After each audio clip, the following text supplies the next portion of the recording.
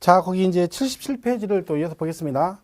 우리가 지난 시간에 여기 취득 형태를 했죠. 그래서 우리가 실질적 취득은 승계와 원시 이렇게 두 개 나누고, 승계는 유상과 무상으로 되어 있다. 그죠? 그래서 유상은 대가가 있는 거죠. 이 매매, 교환, 현물, 출자 등이 있고, 무상은 상속, 증여가 대표적이다. 그리고 원시는 이런 게 있다. 이렇게 봤습니다. 자, 그럼 우리가 여기서 이제 기억할 게 뭐냐면, 이 원시 취득이 나오잖아요. 그러면 얘 있죠, 얘. 차량, 기계, 장비, 선박, 항공기 있죠. 요거를 원시 취득을 하게 되면 얘는 취득세 과세를 하지 않습니다. 그리고 이 광업권, 어업권을 출원으로 취득하면 얘도 면제해 줍니다. 그리고 결론은 얘네들은 원시는 과세를 안 하는 거예요. 세금 안 낸다는 얘기죠. 그죠? 차량, 기계, 장비, 선박, 항공기, 광업권, 어업권 얘네들은. 그러니까 요거는 기억할 게, 그 중에 특히 이 차량, 기계, 장비, 선박, 항공기 있죠. 요거는 원시는 과세하지 않는다. 이렇게 되는 거죠. 이건 나오면 자동으로 딱 기억을 하셔야 돼요. 연관 검색어처럼. 그죠? 그러니까 뭐 누구 하면 누구 딱 떠올라야 되죠. 누구 하면 누구 딱 떠올라야 돼요. 연예인들 할 때, 예를 들면 뭐 누구야? 뭐 고현정 막 하면 누구 나오고 막 이렇게 되요. 예를 들면 뭐 이부진 그러면 뭐 남편 누구 이렇게 떠오르고, 이정재 그러면 임세령 막 이런 식으로 떠올라야 돼요. 그죠? 연관 검색어처럼. 차량, 기계, 장비, 선박, 항공기, 원시 그러면 원시는 과세하지 않는다 이렇게 딱 떠올라야 되죠. 이게 무슨 뜻이냐면, 자, 기아 자동차에서 K7 한 대를 조립하면 원시 취득이 되잖아요. 그럼 기아에서요, 차 한 대를요 조립을 했어요. 그죠? 원시로. 그래서 2천만 원. 그러니까 기아에서 얘가 3천에 팔라고 그래요. 3천만 원에. 그죠? 근데 이 기아 자동차에서 한 대를 원시 취득할 때마다 정부에서 취득세 부과를 하면 얘들이 세금을 내겠죠. 그러면 기아에서는요, K7을 3천에 팔려다가 한 대당 취득세가 300만 원씩 붙은 거예요. 그죠? 그러면 기아는 이 차를 얼마에 팔까요? 3천에 안 팔죠. 3천? 300만 원에 팔겠죠. 그죠? 그러면 이 기아 자동차에다 부과한 이 세금 300만 원 있죠. 이거를 그러면 기아가 3,300에 팔면 우리가 3,300에 사겠죠.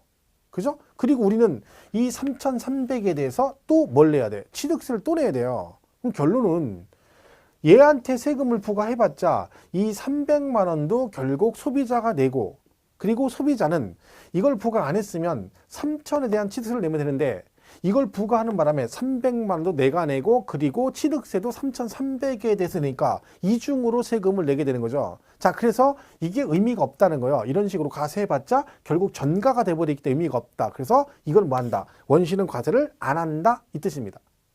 그래서 얘네들은 다 원시 취득은 과세를 안 해요. 왜 그런다고요? 전부 다 부과하면 그게 누구한테 전가가 돼버려? 소비자. 그죠? 소비자한테 떠넘겨진다는 거지. 그래서 부과를 안 하겠다는 거예요. 그래서 얘가 차량, 기계, 장비, 선박, 항공기는 원시 취득은 과세하지 않는다 이래요. 그렇게 기억하시면 되죠. 자, 그러면 이거는 이제 그래, 원시는 과세하지 않아 라고 외우고 딱 했는데, 시험 문제 딱 나왔어요. 뭐라고? 차량, 기계, 장비, 선박, 항공기는 승계 취득에 한하여 과세한다.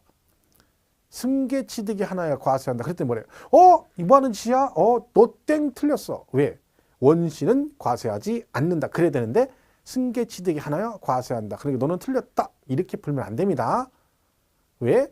원시 취득 과세 안 한다는 얘기는 언제 과세하겠다는 거예요? 승계 취득할 때 과세한다는 얘기죠. 결국 기아에서 자동차를 조립할 때 기아 자동차가 원시 취득하지만 걔한테는 부과를 안 하고, 그럼 언제? 걔네가 우리한테 팔 때 우리가 돈 주고 사죠. 그럼 우리한테만 부과한다는 얘기죠. 그럼 같은 말이잖아. 결론은 뭐다? 원시는 과세하지 않는다. 다른 말로 승계 취득이 하나요? 과세한다 해서 요거는 나오면 기억하셔야 돼요. 자동으로. 그죠? 자, 푸시면 되죠. 그리고 광업권, 어업권도 출원, 최초 등록은 뭐한다? 면제해준다. 이렇게 기억하시면 돼요. 주가 되는 요거 되게, 그죠? 잘 기억하시면 되죠. 자, 그래서 그거 보시면 되고, 그 다음에 간주 취득이 나오죠. 자, 여기서 중요한 게 간주 취득입니다. 시험에 굉장히 잘 나와요. 간주 취득. 나오기도 잘 나오고, 그리고 되게 중요한 부분이에요, 이 부분이. 그래서 잘 기억하셔야 돼요. 간주 취득은. 자, 보세요. 얘는 취득을 하지 않았는데 취득을 한다. 그래서 토지에 뭘 한다? 지목을 변경한다. 지목 변경. 그리고 건축물을 개수하거나.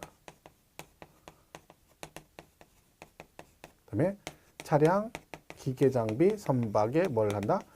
종류를 변경한다. 이게 되세요. 그리고 하나 더 하면 이제 과점주주의 주식취득 이렇게 돼 있어요. 자, 이 네 가지가 간주취득이에요. 그러니까 일단 미리 말씀을 드리면 이 제목 4개는 무조건 외우셔야 돼요. 얘네들은. 왜냐면 얘가 여기만 연관된 게 아니라 다른 파트에서도 얘를 알아야 문제를 풀 수 있는 게 있어요. 그 무조건 이유 불문하고 얘는 기억하세요. 굉장히 잘 나오는 분이에요. 자, 토지 지목 변경이라고 돼 있죠. 자, 이렇게 해서 여기가 전답이 있어요. 전답이. 농지죠. 농지가 있어요. 이게 이제 갑거예요. 갑거인데 지목을 변경한다는 얘기죠. 이렇게 지목을. 그러니까 우리가 말하면 형질 변경이라고 형질 변경한다고 그러죠. 형질 변경. 그죠? 그래서 지목을 형질 변경해서 지목이 뭘로? 대로 바뀌었어요. 이거 우리가 뭐라고 그래?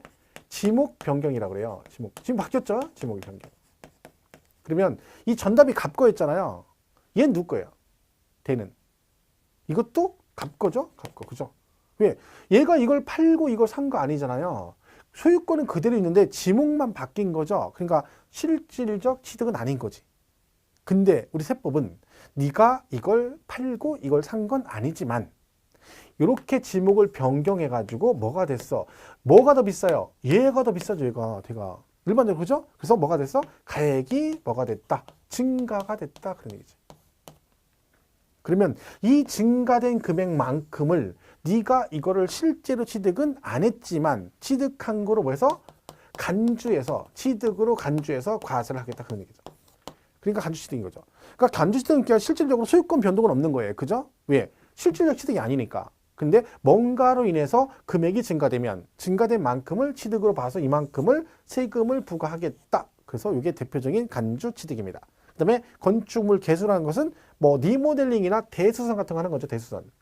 그죠? 그럼 걔도 가액이 증가될 수 있죠? 그럼 걔도 똑같아요. 증가된 금액만큼 취득으로 간주한다. 뭐 그런 얘기고. 뭐 차량 기계장 및 선박의 종류를 변경한다. 뭐 이런 것죠. 자동차 같은 게 예를 들면 자동차 이렇게 해서 네. 자 이게 무슨 차 같아요? 그죠? 차는 차예요. 차 맞아요. 그죠? 자, 제가 오늘 그림 워낙 잘 그려가지고 뭐 그림을 그죠? 잘 안 그립니다. 그죠? 제가 학교 다닐 때 그림 얼마나 잘 그렸냐면 습자지 아시죠? 습자지. 습자지에다가 그림을 이렇게 베끼잖아요. 이렇게 베껴가지고 옆에다 딱 그대로 옮기면 원부랑 그림이 틀려요. 근데 그 정도 실력이야. 원부를 습자지 베껴가지고 그대로 갖다 옮겼는데 그림이 틀리다니까. 제가 그 정도 실력을 가진 사람이죠. 자, 이게 자동차예요. 옛날에 제가 수업하다가 이렇게 그림을 그렸는데 이렇게 해서 제가 이렇게 했는데 그랬어요. 이게 뭐냐고 물어봤더니 나이타라는 거예요. 야, 미쳐버리겠다. 이런 나이타도 있어? 근데 어떤 사람이 무슨 나이타냐? 이게 뭐냐니까 의자래. 이게 뭐게요? 이 공장이 굴뚝 연기라는 공장을 그린 건데 뭐 나이타 의자 난리 났습니다. 충격받았죠. 자, 얘는 뭐예요? 자동차예요. 자동차. 차 종류가 많잖아요. 무슨 차? 자동차예요. 버스 아니고 트럭 아니고 뭐 그치 봉구차. 자, 봉구차입니다. 이 봉구차. 자, 이 봉구차인데 이거를 이제 이렇게 용도를 바꾸는 거죠. 종류를 바꾸는 거죠. 자, 이건 뭐야? 뭔 차야? 그쵸. 엠브라스 구급차잖아. 왜? 이거 삐뽀 있고 이거 십자가 딱 있잖아. 이게 딱 이건 뭐야? 누가 봐도 구급차인데 이걸 뭘로 안 되지? 그죠? 자, 그러면 내가 원래 일반 봉구차를 가지고 있다가 얘가 뭘로 바뀌었어? 여기다가 구급차, 그죠? 엠브란스로 바꾼 거죠. 종류가 변경이 된 거죠. 그럼 일반적으로 엠브란스가 비싸죠. 왜? 앞에 시설 같은 걸 하니까 안에다. 그죠? 이렇게 종류가 변경돼서 얘도 뭐가 되면 가액이 증가되면 그럼 자동차를 팔고 산 거 아니죠? 이런 걸 말하는 거야. 그죠? 이런 걸 우리가 다 뭐라 그래요? 간주 취득 그래요. 근데 결론은 얘네들은 그래서 뭐가 돼야 돼? 이렇게 해서 뭐가 가액이 증가되는 거예요. 그래서 증가된 만큼을 과세하는 거죠. 지목 변경할 때 돈 들어가거든요, 여러분. 돈 들어가요. 전답을 농지를 형질 변경해서 대로 만들려면 돈이 들어가요. 제가 말했죠. 지목 변경이라는 게 뭐 몰래 가가지고 토지대장 떴더니 전으로 돼 있는 거예요. 그럼 몰래 저쪽 가가지고 침 발라서 이렇게 지운 다음에 거기다 대자로 고쳐서 다시 갖다 주면 걔가 지목이 대로 바뀌는 게 아니잖아요. 돈 들어가면 송토자가 흙 갖다 깔아야 되고요. 그죠? 그 다음에 뭐야? 나라시 해가지고 다 해서 작업해가지고 나중에 그렇게 돈이 들어가는데 거기다 농지 전용하면요. 농지 전용비를 내야 돼요. 전용비. 대체 농지를 만들 수 있는 비용을 네가 내라서 그 돈도 만만치 않다 그랬잖아요.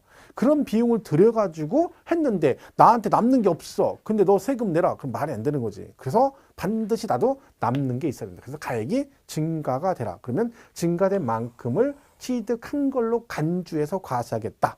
이걸 뭐라고 한다? 간주 취득 그럽니다. 자, 그 대표적인 이제 제일 중요해요. 여기죠. 과점주주의 주식. 자, 이 과점주주란 말이 나옵니다. 얘는 과점주주란 이걸 말해요. 비상장법인. 비상장법인의 주식을 50%를 초과해서 가지고 있는 뭐라 그래? 과점주주 그래.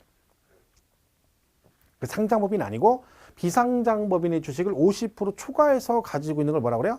과점주주 그래요. 그럼 이때 이 과점주주가 뭘 샀대요? 주식을 샀답니다. 주식. 그럼 요즘 주식은 취득세 과세 대상이 아니죠. 여러분 그 지금 주식 하시는 분이 계시죠? 그러면 여러분 상장된 주식을 갖다가 개장해서 폐장할 때가 주식을 사게 되면 취득세 내십니까? 안 내니까 취득세. 안 내죠. 취득세는 안 내죠. 그죠? 안 냅니다. 왜? 대상이 아니에요. 그러니까 얘는 취득세 과세 대상이 아니기 때문에 사실상 취득은 당연히 안 되는 거예요. 그러니까 과점주주가 주식을 사게 되면 실질적 취득은 아니지만 뭔다? 취득으로 간주해서 과세하겠다. 그런 뜻입니다. 이게 무슨 얘기라 했어요? 이런 얘기가 있잖아요. 자, 예를 들면 A라는 법인을 설립을 해요. 그죠? 그래서 얘가 부동산이 필요하죠. 그래서 10억 원어치 부동산을 취득했다는 얘기죠. 취득했어. 그죠? 근데 갑이 이 법인의 주식을 사서 주주가 됐어요. 주주가. 근데 하필 지분이 60%인 거예요. 60%. 그죠? 그 얘는 무슨 주주예요? 과점주주죠. 과점주주. 그죠? 자, 그런데 과점주주인데 그러면 이 갑은요. 갑 입장에서 볼 때는 이 부동산을 갑이 산 건 아니잖아요. 그죠? 이것을 얘가 산 거잖아. 그런데 세법은 네가 실질적으로 이걸 취득한 건 아니지만 네가 주식을 사가지고 무슨 주주가 되었으니 과점주주가 되었으니 그럼 어떡한다? 그 해당 지분만큼 네가 이만큼을 취득을 실제로 안 했지만 취득한 거로 해서 간주해서 갑 너한테도 취득세 부과를 하겠다. 이게 뭐야? 간주 취득입니다. 당연히 누가 봐도 갑 입장에서는 실질적 취득은 아닌 거죠. 근데 취득으로 봐서 과세한다. 그래서 이 10억의 60%인 6억만큼을 얘한테 과세하겠다. 이게 간주 취득입니다. 그러니까 의미는 이해하시겠죠? 간주 취득이 내가 직접적 취득은 아니지만 이런 걸 통해서 너도 취득한 거를 봐서 과세한다. 이게 과점주주의 간주 취득 얘기입니다. 자, 그런데 이제 여기서 중요한 게 몇 가지 나옵니다. 자, 그러면 이게 간주 취득 맞죠? 그러면 갑은 이 10억의 60% 해당되는 만큼 취득으로 세금을 내야 되는데 이때는 세금을 안 냅니다. 왜? 여기. 이 중요한 건 첫 번째 설립 당시 과점주주는 과세를 안 합니다. 그러니까 법인을 설립할 당시에 내가 지분을 투자해서 자본금 투자 주식을 받았죠. 지분 받았죠. 60%. 그래서 과점주주가 되었어요. 근데 언제 된 거야? 설립할 당시에 과점주주는 과세하지 않는다. 이건 머릿속에 딱 넣고 있어야 돼요. 시험에 껄핏하면 나와요. 첫 번째 뭐라고요? 설립 당시 과점주주는 과세하지 않는다. 이해가시죠? 두 번째는 얘가 40%였어요. 그러다가 주식을 또 사가지고 20%를 또 추가로 사가지고 얘가 60%가 됐어요. 60%. 자, 그럼 보세요. 얘는 과점주주가 아니었다가 처음으로 과점주주가 됐죠. 이걸 뭐라 그래? 최초 과점주주라고 그래요. 최초 과점주주. 그러니까 처음으로 과점주주가 되면 얼마를 취득으로 간주하느냐. 그 전체 지분을 취득으로 간주합니다. 그럼 이 경우는 얘는 얼마를 취득으로 간주해? 60% 전체를 취득으로 간주한다. 그래서 과세가 되는 겁니다. 그죠? 그러니까 설립 당시는 과세는 안 하지만 처음으로 과점주주 아니었다가 처음으로 과점주주가 되면 그 지분 전체를 취득으로 간주한다. 이게 과점주주 맞죠? 왜? 50% 초과했으니까. 그죠? 처음으로 된 거죠. 전체 지분 60%. 그 다음에 스텝 번째는 재차예요. 재차 과점주주래요. 재차 과점주주. 이게 뭐냐면 자, 얘가 40이었다가 60 됐다가 30 됐다가 70이 됐어. 그죠? 이렇게 된 거죠. 그러면 얘는 뭐야? 처음에 과점주주 아니었죠? 이때는 최초 과점주주가 됐죠? 그럼 최초 과점주주니까 얼마? 60% 전체를 얘하고 똑같은 거잖아. 그럼 60% 전체를 취득 간주했죠? 자, 그리고 다시 팔았죠? 그럼 30%니까 과점주주 아니죠? 그럼 얘는 과점주주였다가 아니었다가 다시 또 사가지고 또 과점주주가 됐죠. 이걸 뭐라고 그래? 재차 과점주주 그래요. 자, 이때는 어떻게 한다? 이때는 그 이전에 과점 주주 지분보다 증가분. 자, 이전에 과점 주주 지분 60%죠. 그럼 이게 70이니까 몇 프로 증가했어? 10% 증가됐죠? 그때는 어떻게 한다? 그 증가된 10%만 취득으로 봐서 과세합니다. 이렇게 되는 거죠. 자, 그럼 뭐래요? 최초 설립 당시 과점 주주는 과세하지 않는다. 그죠? 최초로 과점 주주가 되면 전체를 취득으로 간주한다. 재차 과점 주주, 과점 주주였다 아니었다 다시 되면 그때는 어떻게 한다? 그 이전 과점 주주 지분보다 증가분일 때만 그 증가분에 대해서만 취득으로 간주한다. 예를 들면 얘가요 60이었다가요 30이었다가 다시 60이 됐어요. 그럼 재차 과점 주주 맞죠? 근데 이때는 과세한다 안 한다? 안 한다. 왜? 그 이전 과점 주주보다 지분 증가가 없잖아요. 재차는 맞지만 얘는 과세 안 하는 거지. 그죠? 그러니까 여러분이 기본적으로 세 가지는 기억을 하셔야 돼요. 과점주주는 뭐 설립 당시는 과세하지 않는다. 최초는 전체를 취득으로 간주하고 재차는 그 이전 과점 주주 지분보다 증가분만큼만 취득으로 간주한다. 이거 말고도 좀 있거든요. 근데 그거는 뭐 시험에 잘 나오진 않는데 이게 이해가 안 되면 그건 나중에 하면 굉장히 헷갈려요. 그러니까 요 세 가지를 꼭 기억하셔야 돼. 이거 시험에 굉장히 잘 나온다 했죠. 과점주주. 그죠?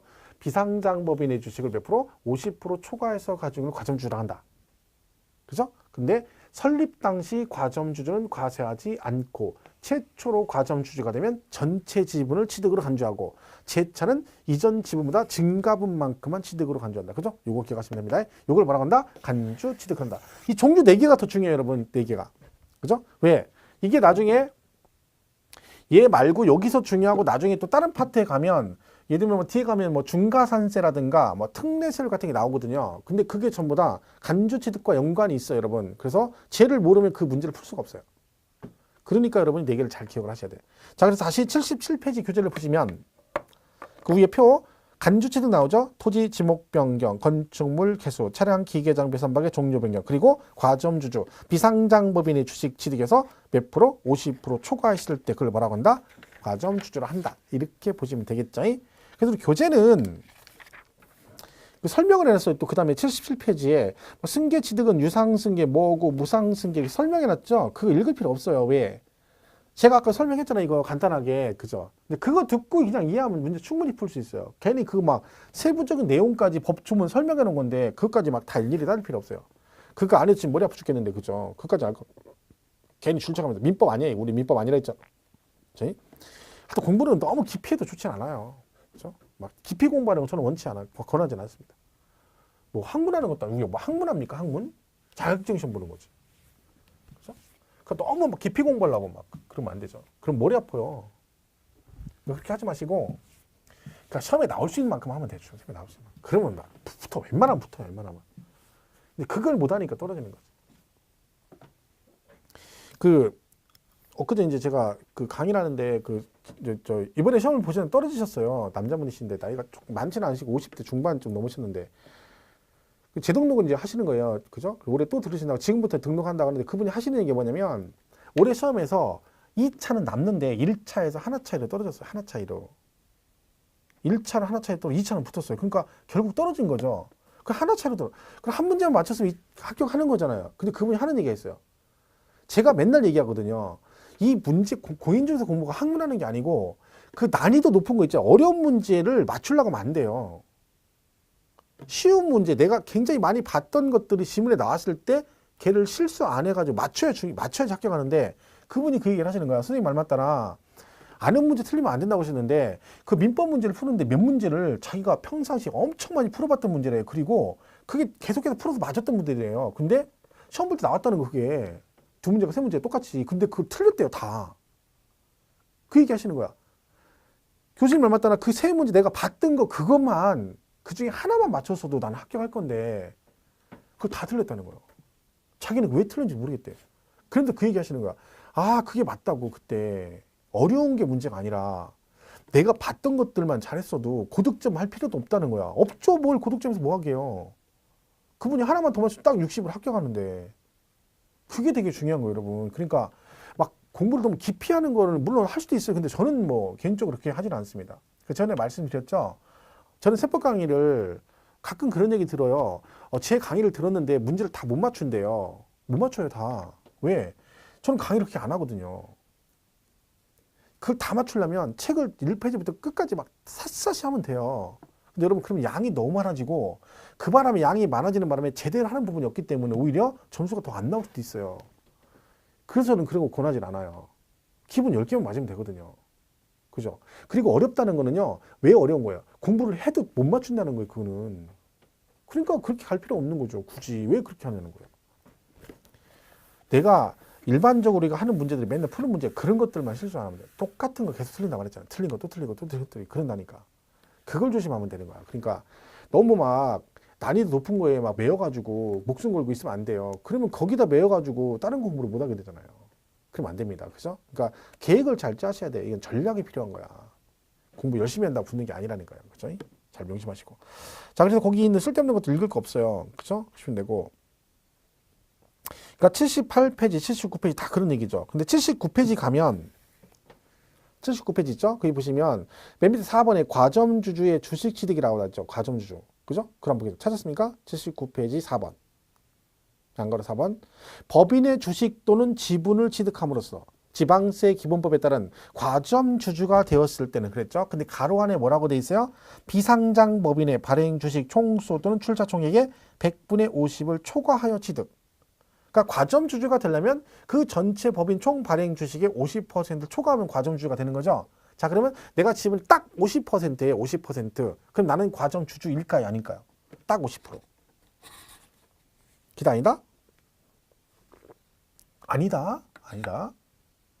왜냐면 여러분 이게 되게 웃긴 게 보세요. 얘가 50%였다가요. 지분이 50%였다가 60이 되잖아요. 그죠? 이런 경우 있고요. 51% 지분이었다가 얘가 60이 됐어요. 이건 다른 개념이에요. 그죠? 자, 얘는 과점주주가 아니에요. 그죠? 그럼 60이 되면 이때는 과점주주예요. 그죠? 그럼 이걸 뭐라 그래? 최초 과점주주가 되는 거예요. 최초 과점주주가. 그럼 이때는 60% 전체를 취득으로 간주해요. 근데 여기는요, 51% 과점주주잖아요. 그리고 추가로 60 됐죠? 이거 나중에 배울 건데 이때는 증가분 9%만 취득으로 봐요. 왜? 이미 과점주주이기 때문에. 물론 내용이 좀 더 들어가야 되지만 나중에. 예를 들면 그런 거예요. 그러니까 이게 되게 개념상으로 중요한 거죠. 대충 봐서 될 일은 아니에요. 확실하게 알아야 되는 거지. 50%는 과점주주가 아니죠. 왜? 50%를 초과했을 때 과점주주라는 표현을 쓴다. 그러니까 딱 50은 과점주주가 아니다. 그죠? 그 다음에 가 취득됐을 때 그 과점주주가 해당 법인의 부동산 등을 취득한 거로 본다. 그죠? 요게 과점주주에 대한 얘기다. 이렇게 보시면 되겠습니다. 자, 넘어가시면 되죠. 자, 여기까지가 취득 형태에 관한 얘기라 보시면 되고, 그 다음에 4절에 납세 의무자가 나옵니다. 납세 의무자. 그죠? 자, 취득세는 이제 납세 의무자가 나오죠. 지금 두 번째 이제 하는 거죠. 납세 의무자. 납세 의무자. 그럼 취득세는 누가 내느냐 그 얘기죠. 자, 거기 1번에 뭐라고 돼 있어요? 사실상 취득자라고 돼 있죠. 사실상 이렇게 돼 있어요. 자, 한번 읽어볼게요. 거기 1번 사실 80페이지 부동산 등의 취득은 민법 기타 등등 어쩌고저쩌고 해서 두 번째 줄 끝에 보면 그에 따른 등기 등록 등을 하지 아니한 경우라도 거기를 잘 보셔야 돼요. 뭘 하지 않았어도 등기 등록 등을 하지 아니한 경우라도 사실상 취득하면 각각 취득한 것을 보고 해당 취득 물건의 소유자 또는 양수인을 각각 취득자란다. 자, 그리고 중요한 게 등기 등록을 하지 아니한 경우라도 이 지문을 해석을 하면 누구는 당연히 납세 의무가 있다는 거예요. 등기 등록 등을 하지 아니한 경우라도라는 얘기는 등기 등록 받는 애는 당연히 납세 의무가 있고 네 앞으로 등기를 안 하더라도 네가 뭐면 사실상 취득한 거로 보면 너가 뭐 있다. 너도 납세 의무가 있다. 그런 뜻입니다. 결론은 공부 형식적으로 취득하는 사람, 즉 등기부상 등기를 받는 사람과 등기는 안 하지만 실질적인 취득자 둘 다 법적인 납세 의무가 있다. 그런 뜻입니다. 예를 들면 제가 명의신탁을 했어요. 명의신탁을 그죠? 명의신탁이 뭔지 아시죠? 제가 이 학원 건물을 사가지고 실제 취득자예요, 제가. 근데 제 앞으로 등기를 해버리면 실질적 취득자도 저고 그다음에 공부상, 등기부상 명의자도 저죠.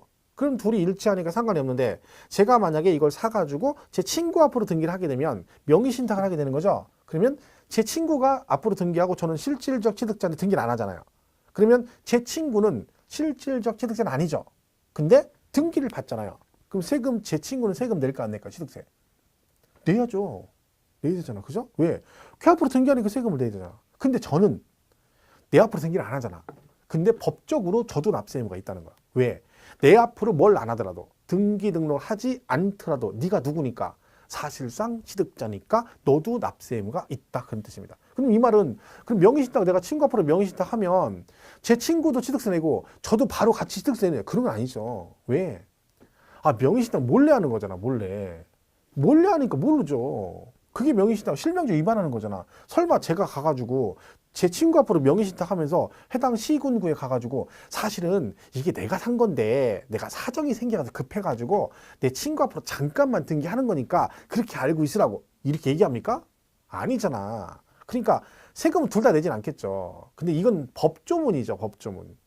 우리는 법조문을 배우는 거예요. 그래서 나중에 이걸 만들어 놔야 이게 명의신탁이 걸리게 되면 실질적 취득자인 나한테도 과세할 수 있다. 그런 얘기예요. 그래서 그런 개념이에요. 그러니까 너무 깊이 갈 거 없고 이렇게만 이해하면 있는 그대로 등기 등록하지 아니한 경우라도 사실상 취득자는 납세 의무가 있다. 이 말을 해석하면 뭐다? 형식적으로 취득한, 즉 등기를 받는 사람도 납세 의무가 있고 등기를 안 한 실질적 취득자도 납세 의무가 있다. 그냥 이렇게 이해하시면 돼요. 둘 다 있다. 끝. 그죠? 이렇게 됩니다. 자, 오른쪽 81페이지 1번. 주체구주부 취득자란 말이 나와요. 주체구주부. 아, 잠깐 거기 80페이지 잠깐 보겠습니다. 80페이지 보면 다시 보면 그 밑에 맨 밑에 두 번째 줄 있죠. 다만 굵은 글씨로 돼요. 다만 차량, 기계장비, 항공기 및 주문을 받아 건조하는 선박은 승계 취득인 경우에만 해당한다. 이렇게 돼 있죠. 자, 이게 무슨 뜻이에요? 아까 제가 차량, 기계장비, 선박, 항공기는 원시 취득은 과세하지 않는다 그랬죠? 그럼 얘는 언제? 승계 취득할 때 과세한다 했잖아요. 그 얘기 써놓은 거예요. 그죠? 이렇게 보시면 됩니다. 자, 오른쪽 81페이지 다시 주체구주부 취득자라면 나와요. 주체구주부 취득자. 자, 이건 이제 뭐냐면 쉽게 말하면 소유자라. 건물주다라고 생각합니다. 건물주. 소유자를 맞다. 소유자를. 그죠? 저런 거죠. 이게 무슨 얘기냐면 이런 거예요. 자, 여기 건물이 이렇게 있어요. 자, 이 건물이 갑건데요. 그죠? 여기 1층에 이제 1층에 세를 줬어요. 1층. 근데 1층에 뭐가 은행이 들어요. 은행. 그죠? 자, 은행은 뭐야? 세입자죠. 세입자. 이렇게. 자, 그럼 여러분 은행을 설치하잖아요. 은행을 지점을 막 설치하게 되면 설비를 하잖아요. 그럼 여러분 은행 지점 설치할 때 제일 중요한 게 뭘까요? 은행 설비할 때 그 1층에 무슨 지점 이렇게 만들잖아요. 그러면 막 안에다가 막 책상도 갖다 놓고 막 하잖아요. 그럼 거기서 제일 중요한 게 뭘까요? 제가 어느 학원에서 여기서 제일 중요한 게 뭘까 했더니 혹자는 그런 얘기를 합니다. 어떤 사람은 제일 중요한 게 뭐냐니까 번호표랍니다. 번호표. 은행은 뭐가 제일 중요해요? 번호표랍니다. 아, 물론 번호표 중요합니다. 그죠? 왜? 여러분 만약 은행에 번호표가 없으면 골 때리는 거죠. 월말에 공과금 내려갔는데 내가 딱 갔더니 내 앞에 한 30명 앉아있는 거예요. 30명 번호표 없는데. 근데 내가 31번째야. 그럼 내가 내 순서를 찾아 먹으려면 어떻게 해야 돼? 내 앞에 30명을 외우고 있어야 되는 거야. 왜? 그래야 내가 31번째로 갈 거 아니에요. 알아서. 그럼 머리 지진다는 거죠. 그럼 앉았다가 나보다 뒤에 오는 사람이 있을 거 아니에요. 그러면 또 걔들 때 외워야 돼. 왜? 나보다 늦게 왔으니까 나보다 늦게 왔는데 새치기 할까 봐. 그럼 가가지고 머리 지진나게 하고 있는 그건 말이 안 되는 거죠. 그리고 번호표 중요하죠. 근데 그게 아니라 뭐가 중요해? 은행은 금고가 중요해. 금고. 은행 가시면 여러분 벽에 핸들 달려가지고 뒤에 있잖아요. 그걸 우리가 부착된 금고라고 그래요. 부착된 금고. 벽에 붙여놓은 거죠. 자, 금고는요 취득세를 안 내요. 그럼 금고 세금 안 내잖아. 여러분 집에 가면 이게 띵감 옮기는 거 있잖아. 옮겨 이렇게 드는 거나 이게 띵감 올리는 거 이런 금고 세금 안 내죠. 근데 벽에 은행에 붙어 있는 건 부착 이렇게 해놨죠. 부착해서 핸들 달려가지고. 요건 세금 내거든요. 그럼 얘는 취득세를 내야 돼요. 그러면 이 부착된 금고는 누가 실질적 취득자예요? 은행이 실제 취득한 사람이죠. 근데 그럼 세금 납세의 문제가 은행이냐 아니라는 거지. 이때 납세의 문제는 얘다 이거예요. 갑. 그럼 갑은 웃기잖아요. 그럼 왜 얘한테 하느냐? 만약에 은행이 야 은행 니네가 실제 살았으니까 납세 의무자 너야. 이렇게 정해놨어요. 은행이 그 말 듣고 충격받아가지고 그 밤중에 금고 다 떼어가지고 지리산으로 잠적했어, 직원이. 그럼 세금을 거둘 수가 없잖아요. 그러니까 얘한테 내는 거예요. 왜? 법을 만들 때는 어떻게? 이렇게 원 소유자와 건물의 소유자와 그 취득세 과세 대상 행위를 한 자가 서로 다르면 둘 중에 누구한테 세금을 걷는 게 유리한가를 생각해요. 하자가 생겼을 때. 사실 국가나 지자체는요, 누가 세금 내는지 관심 없어요. 뭐만 관심 있어? 누가 됐든 내기만 해라. 난 돈만 받으면 된다 이거예요. 근데 누군가 돈을 안 냈을 때가 문제가 되는 거야. 아무도 안 내, 둘 다. 그러면 둘 중에 한 명한테 세금을 걷어야 되죠. 그땐 뭘 생각해? 얘네 둘 중에 누구한테 세금 걷는 게 유리한가를 생각해서 법조문을 만들어버리는 거야. 그럼 얘는 세입자잖아. 어쨌든 얘는 주인이고. 그러니까 얘를 납세 의무자를 하는 거야. 왜? 그럼 얘가 야씨 난 주인도 아닌데 왜 나한테 내려 해가지고 열받아가지고 나도 그냥 잠수 탈 거야. 그러면 어떻게? 얘는 잠수 못 탄다고 했잖아요. 왜? 얘는 잠수 타려면 이 지 건물 들고 타야 돼요. 아니면 지 혼자 잠수 타더라도 건물 있으니까 뭐 한다? 압류할 수 있다 했잖아. 그죠? 그래서 얘를 납세 의무자를 하는 거야. 이걸 우리가 뭐라고 표현해? 주체 구조부 취득자라 그래요. 별 얘기 아니에요. 이거 나중에 건축법, 공법 배우면 나와요. 주유 구조부라고. 그죠? 결국 누굴 말하는 거야? 건물주를 말한다라고 생각하시면 돼. 그러니까 여러분은 이 비슷한 얘기 나오면 그냥 채권 회수하기 유리한 사람 두고 소유자 찍으면 돼. 소유자. 이해가 되는 거죠. 자, 그러면 여러분이 만약에 이런 거 있었죠. 여러분이 집주인인데 세를 줬어요. 그때 세입자가 그 집을 주택으로 안 쓰고 별장으로 썼어요. 별장으로. 그러면 취득세 중과세가 돼요.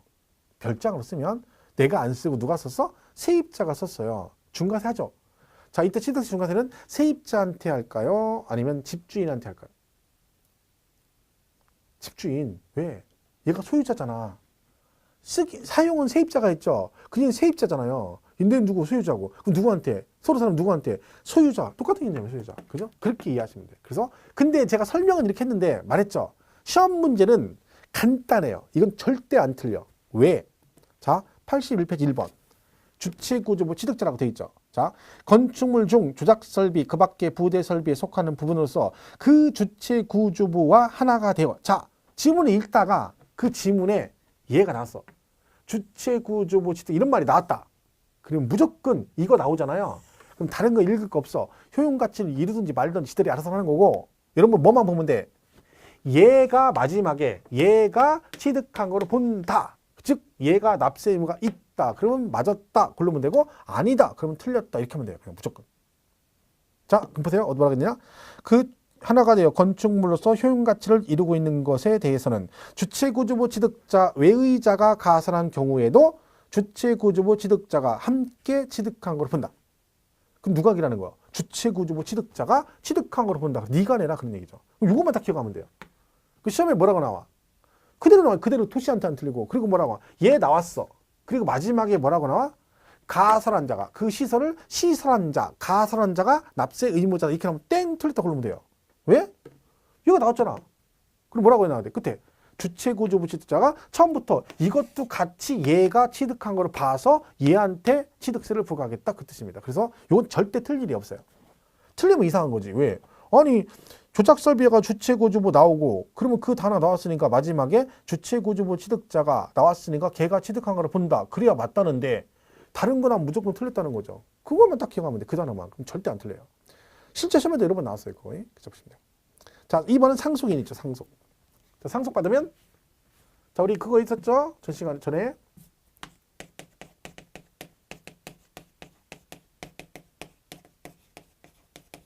둘 중에 누가 돌아가신 분 했어요? 누가? 상속인가 피상속인?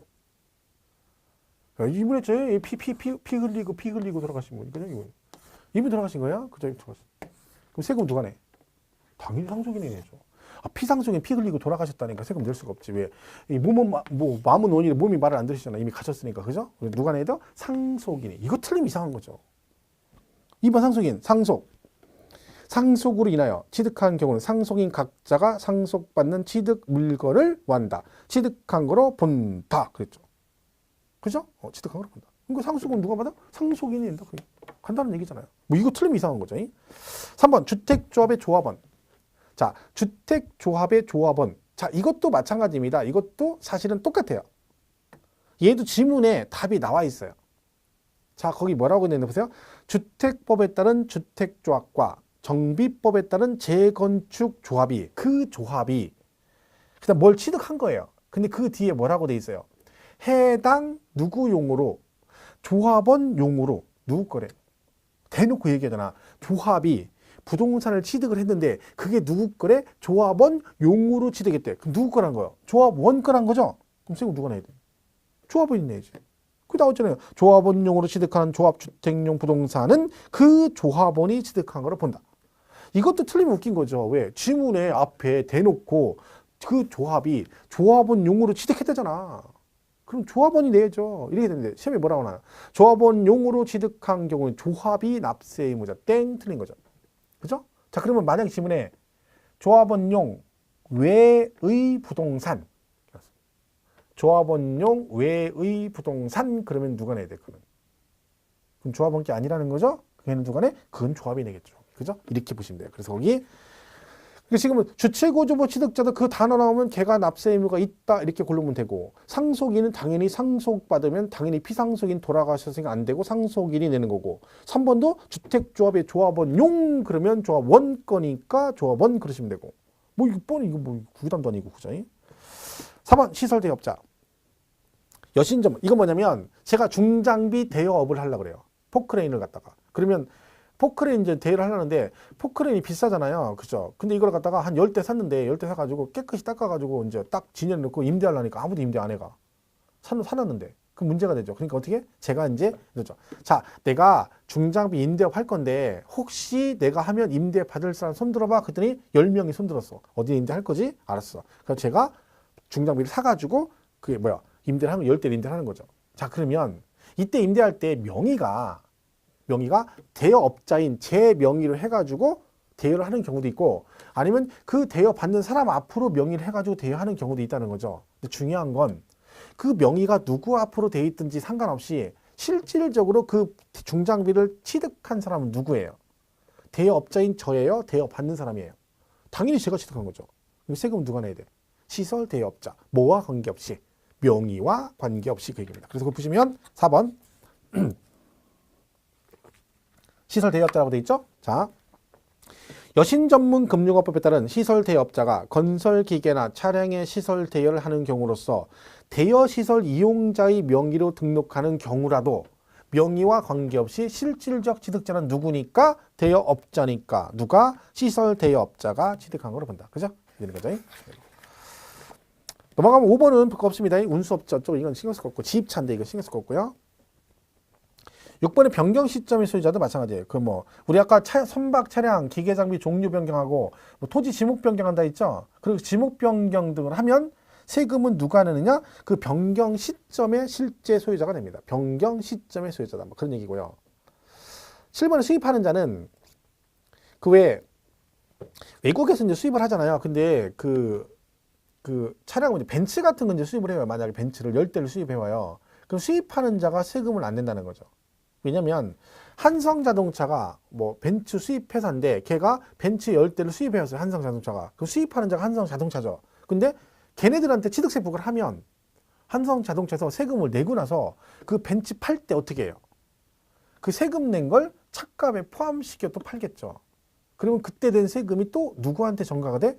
소비자한테 전가가 돼요. 아까 제가 전 시간에 차량, 기계, 장비, 선박, 항공기, 제조조립, 건조, 원시 취득은 과세하지 않는다. 그 이해할 때 설명했었죠. 왜?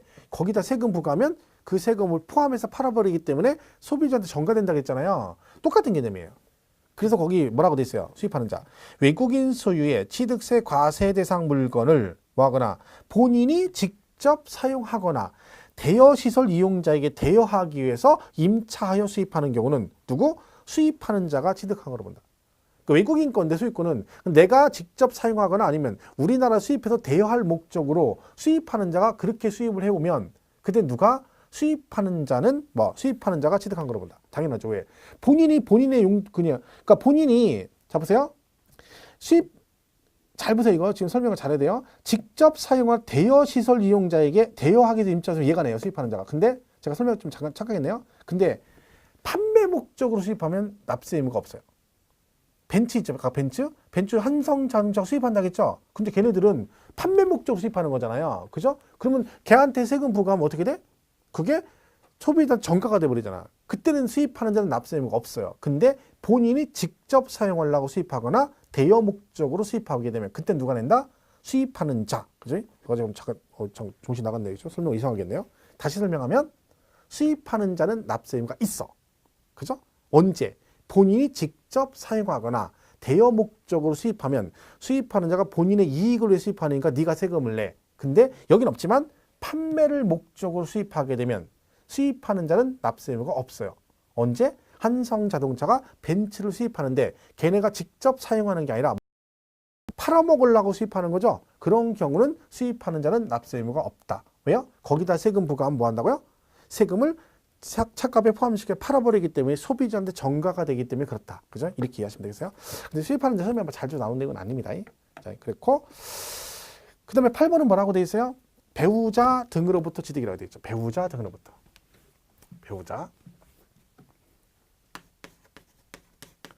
배우자 결국 이거예요. 직계 준비. 자, 무슨 이게 배우자 직계 준비소 무슨 관계라는 거야? 배우자. 강의 들으면서 배우자랑 얘기하고 실강할 때 제가 배우자가 누구죠? 그러면 선뜻 대답 안 해요. 왜? 얘기하기 싫은 거야. 짜증나는 거야. 그죠? 내가 학원까지 나와서 내가 그 남편하고 와이프를 떠올려야 되겠어? 그런 거죠. 그죠? 배우자. 부부. 그리고 뭐? 직계준비소. 부모 자식 간이 부모 자식 간. 이걸 두 글자로 줄이면 뭐라고요? 배우자 직계준비소를 두 글자로 줄이면 왼수예요. 왼수. 그죠? 왼수죠. 남편이나 왼수다. 저도 자주 듣는 얘기예요. 그죠? 그 자식이 아니라 왼수다 이런 얘기죠. 자, 그러면 얘는 식구끼리 거래한 거죠. 그러니까 제가 한번 써보죠. 무조건 우리 세법에서요. 배우자 직계 존비속이라고 나오면 무조건 뭘로 봐? 증여로 봅니다. 증여. 공짜로 준 걸로 봐. 생각해보세요. 남편이 자기 건물을 부인한테 돈을 받고 팔았다는 거야. 아버지가요. 아들한테 돈을 받고 팔았다는 얘기예요. 그럼 이거는 우리나라 정서상으로 이해가 안 되는 거죠. 말이 안 된다는 거지. 왜? 와이프가 제 건물을 팔았는데 와이프가 나한테 돈을 주겠냐는 거야. 준다고 한다. 달라고 뭐라고 달라고 하면 제가 달라고 하면 와이프가 뭐라고 했어. 알았어. 당장 줄게. 그러면서 당장 줄 테니까 돈 내놔 그러겠죠. 그죠? 그게 뭔 얘기야. 지가 줘야 되는데 자기가 줘야 되는데 나한테 달라고 하겠지. 아들이 내 걸 사갔어요. 제가 팔았어요. 그 아들이 나한테 돈 주겠냐고. 말이 안 되는 거지. 그러니까 당연히 뭐다. 우리나라 정서상으로 봤을 때 부부지간이거나 부모 자식 간의 거래는 뭐다? 무조건 공짜로 주고받은 걸로 본다. 그래서 뭘로 본다? 증여로 보겠다. 그런 얘기죠. 자, 그런데 조심할 게 이 증여는요. 항상 이런 의미를 가지고 있다 했죠. 추정의 의미를 내포하고 있다. 추정. 이번 뜻이에요. 증여로 보긴 하는데 식구끼리도 실제로 거래 대금을 서로 간에 대가를 지급한 사실이 입증을 하면 그때는 뭘로 본다? 정상적인 거래를 볼 수도 있다는 얘기입니다. 대표적으로 예를 들면 남편이 본인 앞으로 건물이 하나 있어요. 와이프도 본인 앞으로 건물이 하나 있어요. 자, 그러면 각자 등기가 돼 있다는 얘기는요. 법적으로 세금을 각자 내고 본인 앞으로 등기한 거니까 이건 남편 거고 이건 부인 거라는 입증이 돼 있는 상태죠. 자, 그걸 서로 교환을 해. 그럼 어떻게 돼요? 이건 입증된 거지. 왜? 남편이 와이프 건물을 취득하면서 본인 명의로 확실한 걸 대신 주는 거잖아요. 그죠? 그럼 얘는 대가가 입증된 거지. 이런 식으로 입증이 되면 뭘로 봐? 정상적인 거래를 볼 수도 있습니다. 항상 그걸 명심하셔야 돼요. 그러니까 이렇게 나오면 배우자 직계 존비속 뭐 저거 나와. 그럼 무조건 증여로 본다라고 생각하면 되는 거야. 그죠? 근데 추정의 뜻을 가지고 있다는 걸 꼭 같이 이해를 하셔야 됩니다. 해서 그 8번 보시면 배우자 등으로부터 취득이라고 되어 있죠. 그러니까 여러분이 남편이나 부인 거 아니면 부모 자식 걸 취득을 했다는 거야. 그러면 식구끼리니까 뭐라는 겨? 배우자 또는 직계 존비속에 부동산 등을 취득하는 경우는 니네는 식구끼리니까 뭔다? 증여로 취득한 거로 본다. 근데 추정의 뜻이 있기 때문에 다만 다음에 해당하는 경우에는 유상으로 취득한 거로 본다. 그게 무슨 얘기야? 식구끼리인데 입증을 하면 유상승계 취득으로 보겠다는 거죠. 그럼 어떤 경우냐? 거기 나와 있죠. 밑에. 그 네 가지 1, 2, 3, 4 있죠. 요렇게 입증되면 뭘로 본다? 유상승계 취득으로 보겠다는 뜻입니다. 자, 첫 번째 뭐라고 돼 있어요? 공매나 경매를 통해서 부동산 등을 취득했대. 그러니까 남편 부동산이 공매가 되거나 경매가 된 거예요. 그죠? 공매는 자산관리공사 같은 데서 하는 거고요. 경매는 법원에서 하는 거잖아요. 그러면 남편 재산이 경매가 되는데 와이프가 낙찰을 받았다는 거야. 그러면 남편께 부인한테 넘어가 맞죠? 근데 원래는 증여가 맞잖아요. 근데 일단 유상승계로 보겠다는 거야. 왜?